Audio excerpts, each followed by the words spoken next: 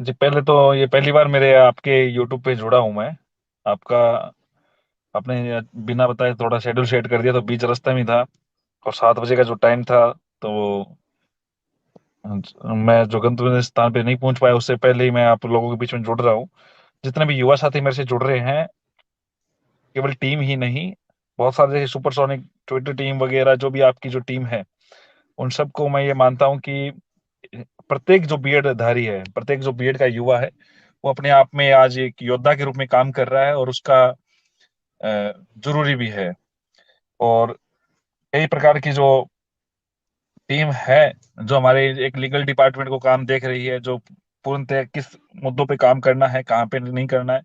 एक जो राजनीतिक रूप से जो काम कर रहे हैं, कुछ हम राजस्थान के प्रत्येक बेरोज़गार साथियों तक जो किस पर वे में हम अपना मैसेज पहुँचा सकें, उस संदर्भ में भी सोशल मीडिया टाइप में हो या फिर अन्य सोर्स के माध्यम से हम पहुँचा रहे हैं, वो भी देख रहे हैं। हालाँकि इन दिनों में अपना खुद का ट्विटर आपको पता ही है, मैं खुद नहीं देख पा रहा हूँ। और इसके अलावा वो टीम के जो जितने भी युवा साथी हैं, जितने जो हर प्रकार से अपने कार्य को अंजाम दे रहे हैं, तो मैं इनको मानता हूँ कि बहुत-बहुत धन्यवाद, आप सभी लोग जुड़े हैं।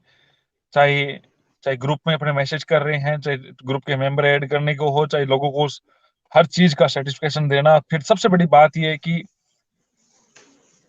जैसे मुकेश जी खुद है, अगुवाई कर रहे हैं जयपुर से पूरी चीज़ों को देखते हुए। मैं इन चीज़ों को जब देखता हूँ, मैं चाहे मीटिंग लेता हूँ और करता हूँ, चाहे लास्ट में हम जब शाम को फ्री होते हैं, कोई ज़ूम मीटिंग पे इन पे चर्चा करते हैं। लेकिन मुकेश जी को मैं देखता हूँ कि वो बंदा सुबह से लगता है, जब से उठता है और कई चीज़ों में अचरज होता है कि वो जो ज़रूरी कार्य होते हैं, उन टीम में भी वो नहीं रुकता है, वो फ़ोन को लगाए रहता है और रात को लेट तक वो अपने काम करके निपटा के फिर सोता है। और इसीलिए मैंने स्पष्ट अपनी टीम को बोला है कि अगर कोई अर्जेंट काम हो तो बात अलग है, मुकेश जी को नींद पूरी ज़रूर होने दें। 1 दिन का काम नहीं, रोज़ का काम है। तो मुकेश जी लेट तक सोते हैं, तो उनको मैं मानता हूँ। सुपरसोनिक टीम की तरफ से मनोज स्वामी जी, जो भी आपकी जो टीम है, मैं मानता हूँ आपने बहुत शानदार काम कर रहे हैं। अब मुख्य बात है कि बहुत सारे युवा ये जानना चाह रहे थे कि क्या होगा, क्या नहीं होगा? किस प्रकार से कार्य हो रहे हैं, किस प्रकार से आगे की क्या रणनीति है? ये सबसे बड़ी बात है आप लोगों की। तो मैं चाहता हूँ राजस्थान के तमाम बेरोज़गारों तक इन मैसेज को आप पहुँचाएँ, हर टीम में अपनी टीम में पहुँचाएँ। और दूसरी बात ये है कि दिल्ली से ये खबर है, एनसीटी ने कोर्ट की तरफ रुख कर चुकी है। ड्राफ्टिंग तैयार हो चुकी है, एडवोकेट फाइनल कर चुकी है, एनसीटी कोर्ट पहुँच चुकी है। एनसीटी इस जो राजस्थान हाई कोर्ट के द्वारा दिए गए जजमेंट से असंतुष्ट दिखी है। उन्होंने शानदार अपनी उस पे फाइल तैयार की है और उसी के तहत राजस्थान के हाई कोर्ट के जो फैसले के खिलाफ हमारे साथ खड़ी होने के लिए तैयार हो चुकी है। हमारी जो मेहनत है, जिस पे हम काम कर रहे हैं, वो रंग ला रही है। दूसरी बात, पहली सुनवाई कब होगी? पहली सुनवाई मैं करवा देता दोस्तों, सच बात ये है कि 4 तारीख, 5 तारीख को भी करवा सकते थे हम। लेकिन कई प्रकार की रणनीतियाँ होती है और पहली सुनवाई के साथ-साथ हम चाह रहे थे कि एनसीटी हमारे साथ पहुँचे, तो बहुत सारी चीज़ें फ़ायदे रहेगी। इस तहत हमने पूरी प्रक्रिया काम की है और सबसे बड़ी बात, हमें जो कोऑपरेट कर रहे हैं, चाहे वो केंद्र से मंत्रिमंडल हो, चाहे राजस्थान सरकार के वर्तमान संदर्भ में भी कई युवा साथी भी हो, चाहे कई राजस्थान के राजनीतिक रूप से कार्य करने वाली टीम है, उन सब ने हमको कोऑपरेट कर रहे हैं और उस तहत पे जब मामला पर्सनल बना दिया इन लोगों ने, आर-पार की लड़ाई थी, युवाओं के हक की बात थी, मैं मेरा स्तर पे लड़ रहा था, सामने वाले अपने स्तर पे लड़ रहे थे। जब इन्होंने पर्सनल बना दिया, तो फिर घरवालों की तरफ से भी खुली छूट मिली है और उन्होंने स्पष्ट तौर से कहा है, हर हाल में, चाहे कुछ भी हो, आर-पार की लड़ाई है, इसमें आप खड़े रहे।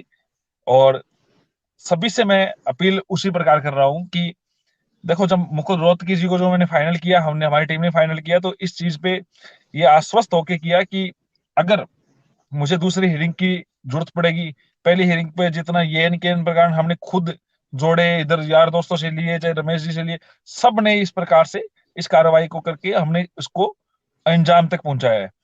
और आप सब लोगों का सहयोग जो मिला है, वो वाक़ई में शानदार रहा है और उसपे हम खरा उतरने की कोशिश कर रहे हैं। बिल्कुल वंदे मातरम, जितने भी युवा साथी मेरे से जुड़े हुए हैं। आज जो एक मुद्दा पहले मैं बताना चाहता हूँ, एनटीटी एनटीटी का एक कोर्ट से आदेश आया। आया, आप लोगों को पता ही होगा किस प्रकार आया। इस आदेश के तहत कई लोगों की नींद उड़ी हुई थी। हालाँकि ऐसा ही आदेश पटना हाई कोर्ट से भी आया है ब्रिज कोर्स के संदर्भ में। ब्रिज कोर्स एक ऐसी चीज़ होती है कि वो बाद में भी करवाया जा सकता है। नियुक्ति के बाद में ही होता है, आफ्टर अपॉइंटमेंट ब्रिज कोर्स किया जाता है। इस संदर्भ में पटना हाई कोर्ट ने जजमेंट दे चुका। अब हम जो काम कर रहे थे, तो राजस्थान हाई कोर्ट का 2006 का जो मामला था, इसमें ब्रिज कोर्स की मांग स्पष्ट तौर से कहा गया है कि ब्रिज कोर्स, राज्य सरकार ब्रिज कोर्स करवाए, अगर नहीं करवा रही है तो ब्रिज कोर्स के सम्मान कोई भी इस प्रकार का जो स्पेशल कोर्स हो वो करवाए, लेकिन इनकी नियुक्ति की जाए और नियुक्तियों को वैलिड माना गया। और एक और बड़ी बात, जब जो बीएसटीसी वाले कह रहे थे कि लेवल प्रथम में बीएड वाले ना आए और ना आए, तो कोर्ट ने तो भैया 2006 में एनटीटी वालों को भी नियुक्तियां दे दी है लेवल प्रथम में। अब मुख्य जो आप लोगों के सवाल ये आ रहे थे कि क्या हो सकता है भर्ती, एक इसमें कब सुनवाई होगी और क्या होना चाहिए। देखो, सुनवाई आपको बताया था दूसरे वीक में, पूरी तैयारी है। इसी वीक या इससे अगले वीक में जो सुनवाई होनी है उस पे हम काम कर रहे हैं, और हमारी टीम इस संदर्भ में काम को देख भी रही है। देखो दोस्तों, एक छोटी सी बात और बताता हूं कि ज्यादा से ज्यादा जो युवा इस बात को पूछ रहा है कि कब क्या होना चाहिए, तो मुकुल रोहतगी जी इसमें काम देख रहे, और एनसीटी हमारी तरफ से आ चुकी है। एनसीटी की तरफ से डॉक्यूमेंट फाइल कर दिया जा चुका है।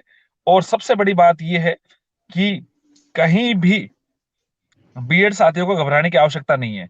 कुछ चीजें हैं दोस्तों। एक, जिस मुद्दों पे बात की गई 2010 में, जब ये मामला सामने आया एनसीटी के द्वारा, एनसीटी ने 2011 में, 2010 के बाद 2011 में जिस प्रकार से बीएड को बाहर किया, उस समय भी कोई प्रकार की ऐसी मीटिंग नहीं ली गई।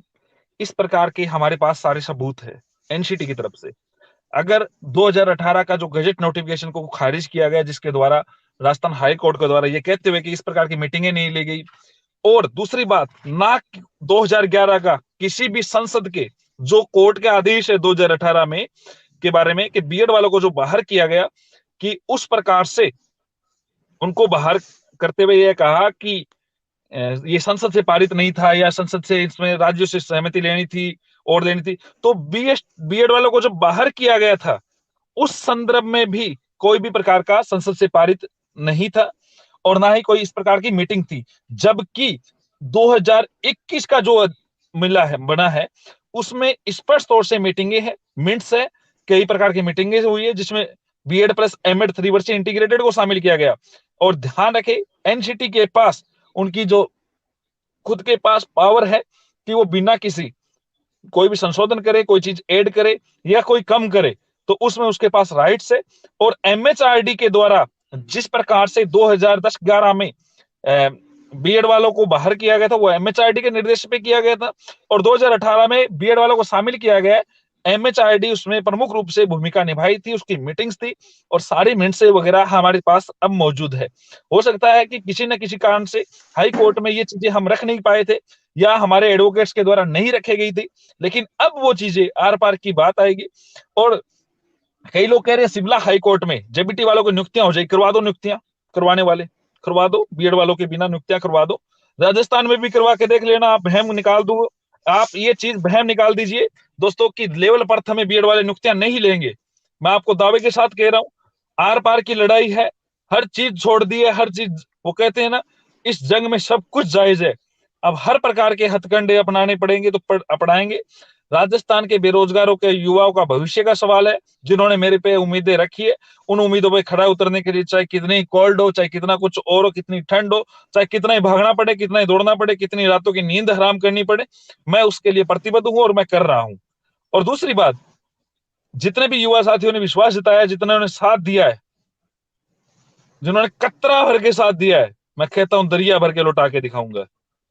अब बात, कई लोग ये कह रहे थे कि हम प्रेशर बनाएंगे 6 तारीख को बीजेपी मुख्यालय के। आप पे जहां पे प्रेशर बना था ना, जो जो आपके प्रेशर बना था, ओके बनवा दिया था, आपके जो प्रेशर बना था। अब कई चीजें हैं मैं बता नहीं सकता, हालांकि बीएड वाले बहुत सारे जानते हैं हर चीजों को। जो अब आर पार की बात है, आप लड़े, आप प्रदर्शन कीजिए। हमारे पास उन लोगों को जो चेतावनी देके छोड़ा गया था, 6 महीने की मोहलत दी गई थी, उन सब की लिस्ट है। मैं चाहता हूं आप आगे प्रदर्शन करें और अगली बार देखते हैं किस प्रकार होता है। हर चीजों की कुंडली निकालेंगे, हर चीज का जो प्रेशर है वो सब हटाएंगे निश्चित तौर पे। और मैं आज आपको वापस आश्वस्त करना चाहता हूं बीएड वाले साथियों, जो कमियां रही थी वो अब नहीं रहने दूंगा।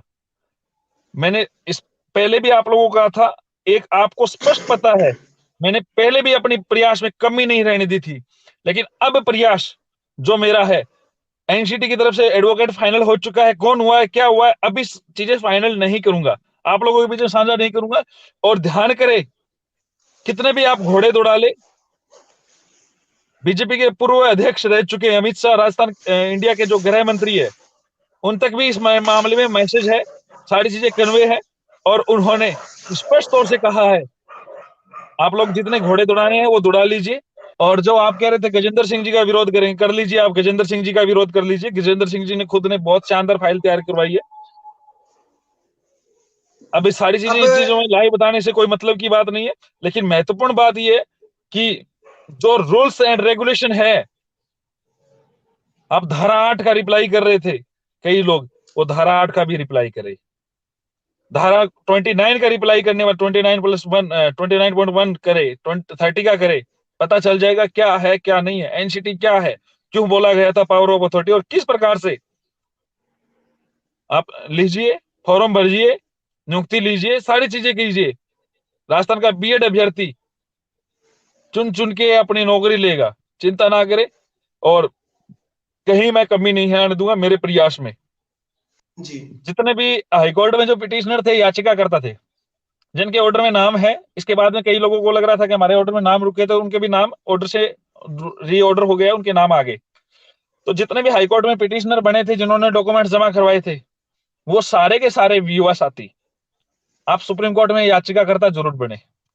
ये इसलिए बने क्योंकि आज ना तो कल आपके फेवर में आदेश आएगा, लेकिन आप जितने भी युवा साथी जो पिटिशनर बनते हैं, उनका एफिडेविट लगेगा, और जो नहीं बनते हैं वो रिस्पोंडेंट में आ जाएंगे, यानी उनको हाईकोर्ट का निर्णय स्वीकार्य हो जाएगा। तो जितने भी पुराने पिटिशनर है, याचिकाकर्ता है, वो सारे के सारे याचिकाकर्ता अवश्य बने, ये बात ध्यान रखें। और दूसरी महत्वपूर्ण बात जो मैं आप लोगों को साझा करना चाहता हूं, वो ये है कि वर्तमान में जो व्यक्ति याचिकाकर्ता नहीं बने थे, जिनके अच्छे मार्क्स है, वो केवल इसलिए ना बने कि हाँ मैं एक जिम्मेदारी पूरी कर रहा हूं, नहीं। मैं चाहता हूं कि कल को कोर्ट ये निर्णय दे दे अंतिम दिनों में कि जो याचिकाकर्ता को भर्ती प्रक्रिया में शामिल करवाते हुए आगे 2 महीने 2.5 महीने आगे की डेट दे दे, तो वही लोगों के फार्म लिए जाएंगे। मान लीजिए ऑफलाइन फार्म ले लिए जाए, जिस प्रकार एडिशनल वालों को पिछली बार शामिल किया था। तो कोई मौका मत चुकिए। मैं तो ये कहता हूं, किसी भी प्रकार से अगर आप मौका चुकते हैं दोस्तों, मौका चुकते हो, तो इसका बहुत बड़ा लॉस आप लोगों को आज ना तो कल हो सकता है। कोई फर्क नहीं पड़ता, आप ये मानिए आपके नंबर कम है फिर भी आपसे सहयोग मांग रहे हैं, केवल याचिकाकर्ता के लिए नहीं, आप सब लोगों से नंबर कम है, आप ये मानिए कि आप अपने अधिकारों के लिए लड़ रहे हैं। आगामी दिनों में बेरोजगारी दर राजस्थान में 27.2% है, बेरोजगारी नंबर 2 है, और आने वाले दिनों मुझे लगता है कि नंबर 1 भी कर जाएगा, अगर आप अपने अधिकारों के लिए सजग नहीं रहेंगे। अब अधिकारों की लड़ाई, अधिकारों के लिए सजग रहना आवश्यक है। इसलिए आप लोग सब इस बात को समझे कि आगामी भर्तियों में कितनी सहूलियत होगी। आगामी 20,000 की भर्ती आ रही है, जिसमें आपके सब्जेक्ट की सीटें आप लोगों को पता है किस प्रकार आएगी, और उनमें 10,000 सीटें लेवल फर्स्ट की अगर आती है, उस 10,000 सीटों में आप लोग योग्य होंगे। अगर आप लोग तैयारी करके सही तरीके से योग्य बनेंगे, तो इस अधिकार में आप लोगों को आना आवश्यक है, और इसके लिए आप सभी का सहयोग अपेक्षित है। इसलिए आप लोग साथ रहे, साथ जुड़े। और एक बात ध्यान रखें, यहां पे दबाव नहीं चलेगा। जो दबाव डलवाने की कोशिश कर रहे थे, बुला दूंगा उनको, दबाव दिलाना क्या होता है। अब बात आर पार की है, हर प्रकार की हथकंडे उन्होंने अपना लिए, जितने रोना धोना सब कर लिया, हमने सोचा जाने दो। लेकिन अब हम भी जो भी है, हमारी तरफ से जितने भी दावेदारी होगी हम करेंगे।